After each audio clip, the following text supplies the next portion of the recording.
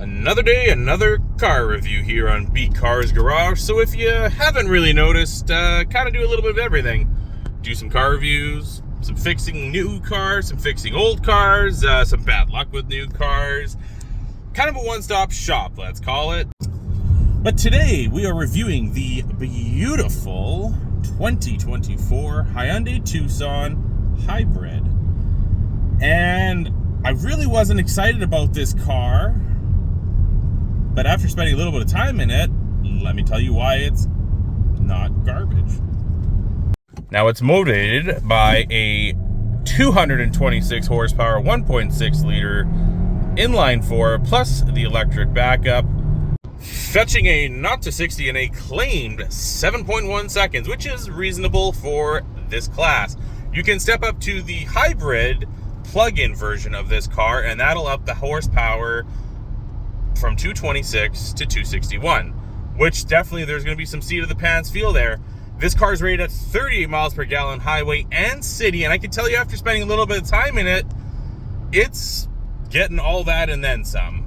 I'm getting very good gas mileage out of this thing, and the biggest thing that I notice is that, you know, in city driving, it's running around in EV mode almost constantly, like bumper to bumper traffic. I drove around the other day for like 20 minutes. I was stuck in traffic, and I kid you not, my fuel range did not even move down at all in 20 minutes because it was just booting around in EV mode the whole time. So it's very economical. Now, driving this thing, there are some very straightforward things. You get in the car, everything is really at your fingertips. It's very simple, very straightforward, but yet very nice in that regard. Now, the infotainment, very easy to use, you know, not loaded with buttons, pretty reasonable. I'm gonna say it literally took me like a second to understand how to use everything that's going on there. And a lot of vehicles you get into now, I find, you know, you're trying to navigate through everything, and it seems like, you know, you gotta jump onto Windows 97 and dial back in time, wait for dial up, and then maybe, if you're lucky, you can try and do something with it and still hit the wrong button because it's way too confusing. It needs to be pretty straightforward. You got some really straightforward things. You got the stereo, so you got music, your radio, Sirius, whatever it is you listen to, podcasts, you know, how to manipulate the aircon and all the, you know, climate controls.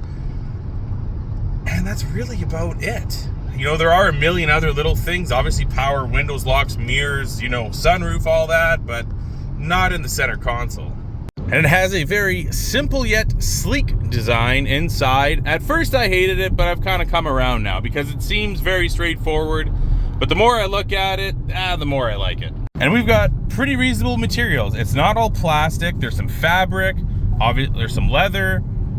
And it is pretty sad, but the Charger and Challenger, the Hellcats, they're expensive, they're a fancy car, and they got a lot more plastic than this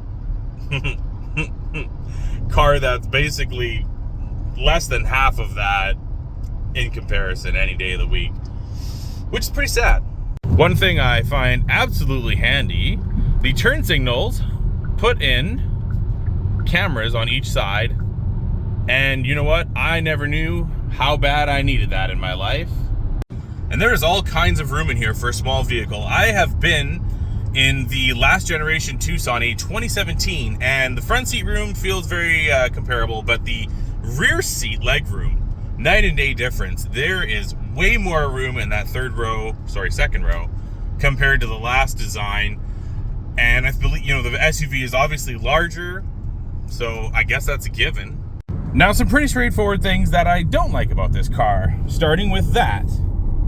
That is a water bottle. I cannot go to my favorite fast food or any kind of a place and stick one of their drinks in the door, in the front door or the rear door. And you know what? Today, the fast-paced life everyone lives, that's a bit of a problem for me. This center console is higher. You can see kind of as if where the old one would have been cut down lower, which, you know, so this is a nice breath of fresh air because it kind of makes it something different, right? I find for me personally that it's a little bit higher than I want it to be. It's almost uncomfortable to put my arm on with the height it's at. Again, some people, maybe it's perfect, but at least for me, I'm not really a fan. Full disclosure, I guess I accidentally lied. So, today's not that hot. We're sitting at about 78 degrees. So it's getting there, but, you know, we're not some 110 Las Vegas stuff or nothing like that. And this thing has ventilated seats, and they aren't really ventilating that well. I put my hand on it, it's almost cool to the touch. Like, it keeps the leather from being piping hot, but that's about it. So that would be strike number 2.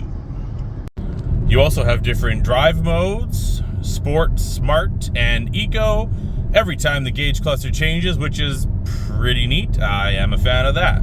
Now, headroom, to me, is a bit of an issue.